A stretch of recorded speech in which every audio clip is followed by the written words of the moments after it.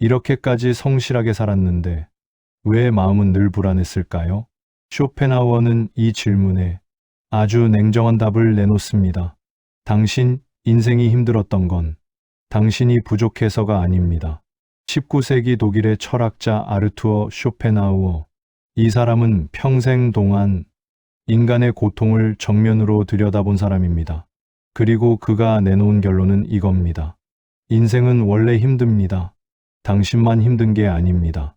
이 말이 조금 냉정하게 들릴 수도 있습니다. 하지만 이 말에는 이상한 위로가 있습니다. 왜냐하면 당신이 힘들게 살아온 이유가 당신의 잘못이 아니었다는 걸 말해주기 때문입니다. 쇼펜하우어가 본 세상은 이렇습니다. 세상은 이성으로 움직이지 않습니다. 세상은 맹목적인 의지로 움직입니다. 그는 이걸 삶의 의지라고 불렀습니다. 이게 무슨 뜻일까요? 우리는 늘 이렇게 생각합니다.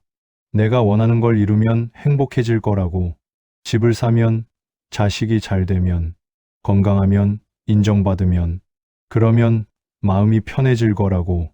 그런데 이상합니다. 하나를 이루면 또 다른 게 생깁니다. 끝이 없습니다. 쇼펜하우어는 이렇게 봤습니다.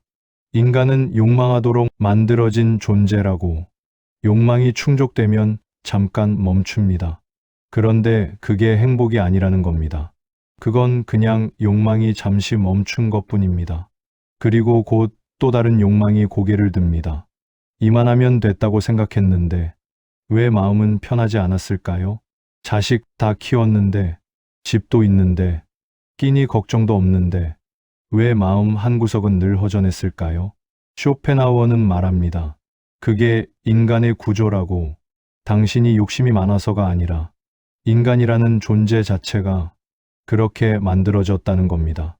물이 아래로 흐르듯이 인간은 욕망하도록 만들어졌습니다.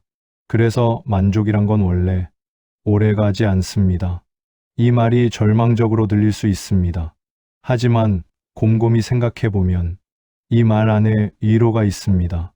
왜냐하면 당신이 평생 불안했던 이유가 당신이 뭔가 잘못해서가 아니었다는 걸 알려주기 때문입니다.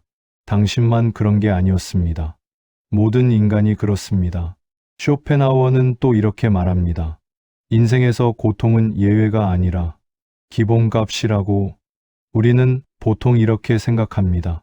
인생이 원래 행복한 건데 가끔 힘든 일이 생긴다고.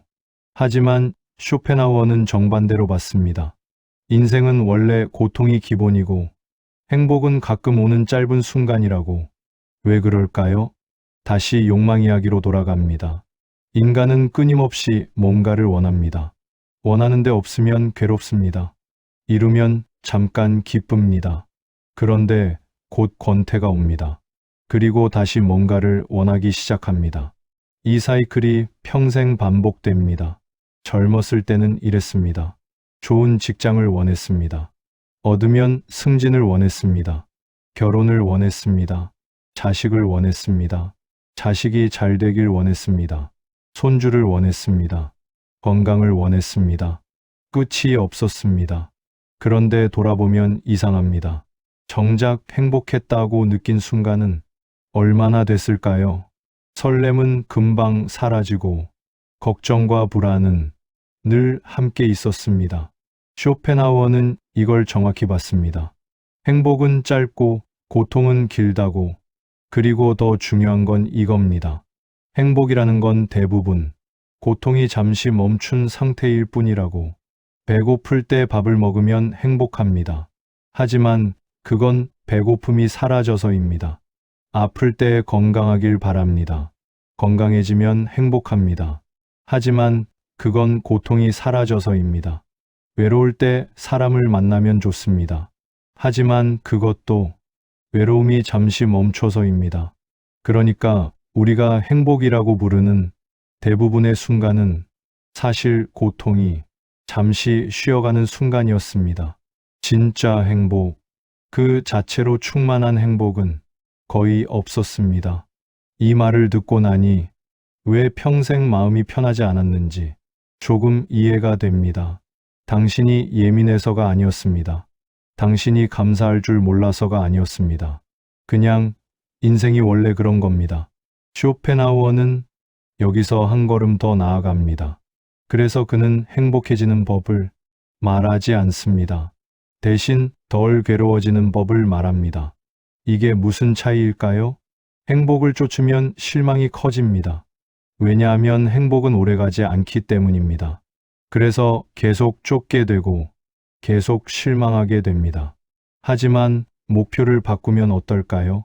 행복해지려고 애쓰지 말고 그냥 덜 괴로워지는 쪽으로 살면 어떨까요? 더 좋은 걸 바라지 말고 더 나쁜 걸 피하는 쪽으로 살면 어떨까요? 이게 쇼펜하우어가 말한 현명한 삶입니다.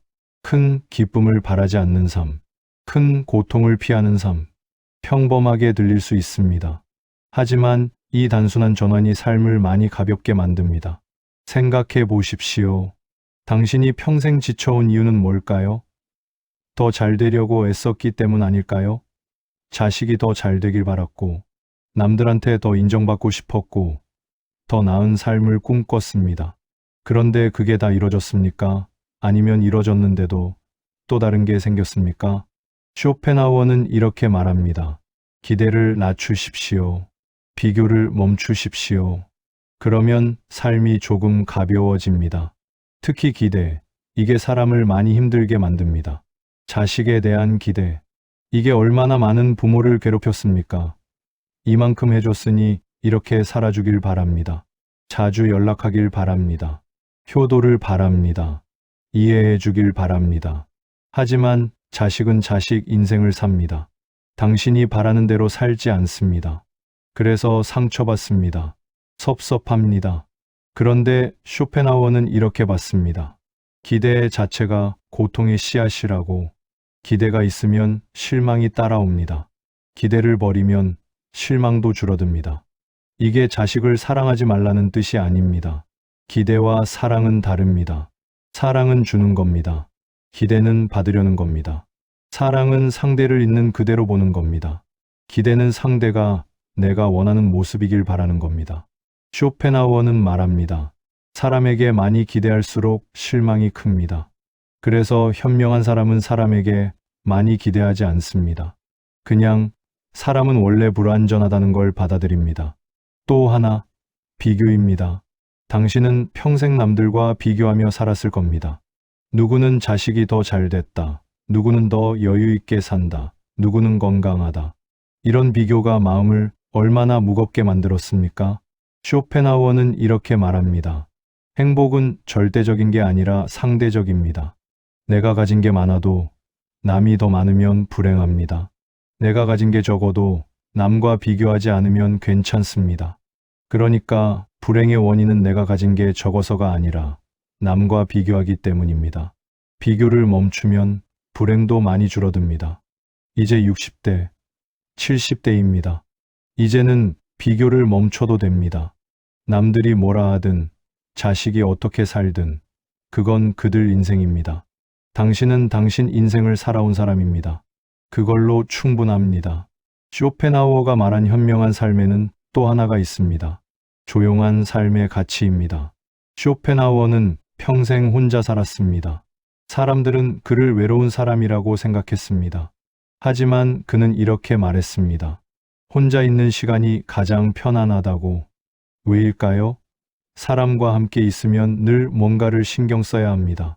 맞춰줘야 하고, 배려해야 하고, 기대에 부응해야 합니다. 그게 다 에너지를 소모합니다. 하지만 혼자 있으면 그런 게 없습니다. 아무것도 하지 않아도 됩니다. 아무도 기대하지 않습니다. 그냥 내 호흡대로 살 수 있습니다. 쇼펜하우어는 이렇게 말합니다. 혼자 있을 수 있는 능력. 이게 지혜의 표시라고. 혼자서도 평온할 수 있다면 그 사람은 더 이상 외부에서 행복을 찾지 않아도 되는 사람이라고. 당신도 이제 혼자 있는 시간이 많아졌을 겁니다. 자식들은 다 떠났고 배우자와 단둘이 있거나 혹은 혼자 있는 시간이 많습니다. 어떤 사람들은 이걸 쓸쓸하다고 느낍니다. 실패한 것 같다고 느낍니다. 하지만 쇼펜하우어는 이렇게 봤습니다.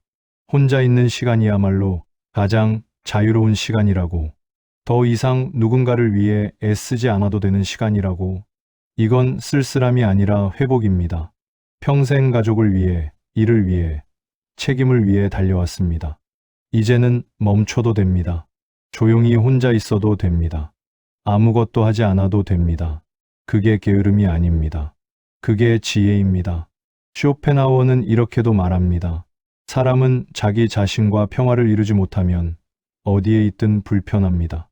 하지만 자기 자신과 평화를 이루면 어디에 있든 괜찮습니다. 이게 무슨 뜻일까요?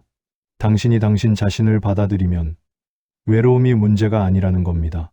당신이 당신 인생을 인정하면 남들의 시선이 문제가 아니라는 겁니다.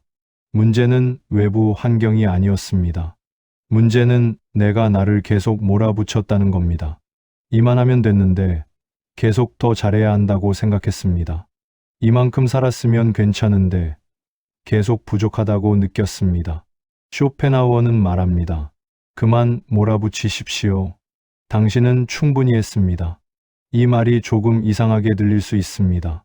쇼펜하우어는 인생이 고통이라고 말한 사람 아닙니까? 그런데 어떻게 위로가 될까요? 바로 여기에 역설이 있습니다. 쇼펜하우어는 인생을 긍정적으로 포장하지 않았습니다. 인생은 힘들다고 냉정하게 말했습니다.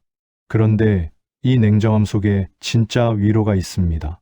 왜냐하면 이 말은 당신에게 이렇게 말해주기 때문입니다. 당신 인생이 힘들었던 건 당신 잘못이 아니라고, 인생은 원래 그런 거라고, 당신만 힘든 게 아니라 모든 사람이 그렇다고. 이 말을 들으면 조금 마음이 놓입니다. 내가 뭔가 잘못해서 이렇게 힘들었나, 내가 부족해서 행복하지 못했나, 이런 자책을 내려놓을 수 있습니다. 당신은 잘못한 게 없습니다. 당신은 정말 열심히 살았습니다. 가족을 챙기고 책임을 다하고 성실하게 살았습니다. 그런데도 마음이 편하지 않았던 건 인생이 원래 그렇기 때문입니다. 쇼펜하우어는 또 이렇게 말합니다. 성실한 사람이 더 괴롭습니다. 왜냐하면 성실한 사람은 더 많이 기대하고, 더 많이 책임지고, 더 많이 애쓰기 때문입니다. 당신이 평생 마음이 무거웠던 이유도 이것 때문일 겁니다. 당신이 약해서가 아니라 너무 책임감이 강했기 때문입니다. 당신이 감사할 줄 몰라서가 아니라 너무 완벽하려고 했기 때문입니다. 이제는 조금 내려놓아도 됩니다. 완벽하지 않아도 됩니다. 더 잘하려고 애쓰지 않아도 됩니다. 자식이 자주 연락하지 않아도 괜찮습니다. 남들이 어떻게 보든 상관없습니다. 현명한 사람은 삶에 큰 기대를 하지 않습니다. 대신 작은 평온을 지킵니다. 화려한 행복을 바라지 않습니다. 대신 조용한 하루를 살아갑니다. 이게 체념이 아닙니다. 이게 지혜입니다.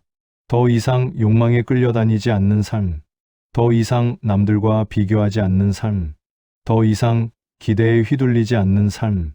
이런 삶이 진짜 자유로운 삶입니다. 당신은 평생 뭔가를 위해 달려왔습니다. 이제는 멈춰도 됩니다. 목적지가 없어도 됩니다. 그냥 지금 이 순간을 살아도 됩니다. 쇼펜하우어는 말합니다. 인생의 의미는 어딘가 먼 곳에 있지 않습니다. 큰 성취에 있지 않습니다. 그냥 하루하루를 만족하며 사는 것, 그 자체가 의미입니다. 당신은 평생을 견뎌냈습니다. 쓰러지지 않고, 포기하지 않고, 끝까지 책임지며 살아왔습니다. 그게 얼마나 대단한 일입니까? 그게 바로 당신 인생의 의미입니다. 쇼펜하우어의 철학은 차갑게 들릴 수 있습니다. 하지만 그 안에는 깊은 연민이 있습니다. 그는 인간이 얼마나 힘들게 사는지 정확히 봤습니다. 그래서 더 이상 자기 자신을 몰아붙이지 말라고 말합니다. 당신은 잘못한 게 없습니다. 당신은 실패하지 않았습니다. 당신은 그냥 한 인간으로서 최선을 다해 살아온 사람입니다. 그걸로 충분합니다. 이제는 조금 쉬어도 됩니다. 더 잘 되려고 애쓰지 않아도 됩니다. 자식 걱정 내려놓아도 됩니다. 남들 시선 신경 쓰지 않아도 됩니다. 혼자 있어도 됩니다. 쇼펜하우어는 말합니다. 삶의 지혜는 행복을 추구하는 게 아니라 불필요한 고통을 피하는 겁니다. 큰 기쁨을 바라는 게 아니라 작은 평온을 지키는 겁니다. 당신은 이미 그걸 할 자격이 있습니다. 평생 애쓰며 살았으니까요. 이제는 조용히 당신 자신을 돌볼 시간입니다. 인생이 힘들었다는 건 당신이 약했다는 뜻이 아닙니다. 당신이 끝까지 포기하지 않고 살아왔다는 뜻입니다. 그리고 지금 여기까지 온 당신은 이미 충분히 강한 사람입니다. 쇼펜하우어는 말합니다. 인생이 힘들었다면 그만큼 당신은 끝까지 책임지며 살아온 사람이라고. 그리고 그런 사람에게는 이제 조금 쉴 권리가 있습니다. 오늘 하루도 아무 일 없이 지나가도 괜찮습니다. 당신이 아침에 눈을 떴다는 것만으로도 이미 충분합니다. 지금 이 순간 감사한 것을 떠올려 보십시오. 당신의 인생은 괜찮습니다.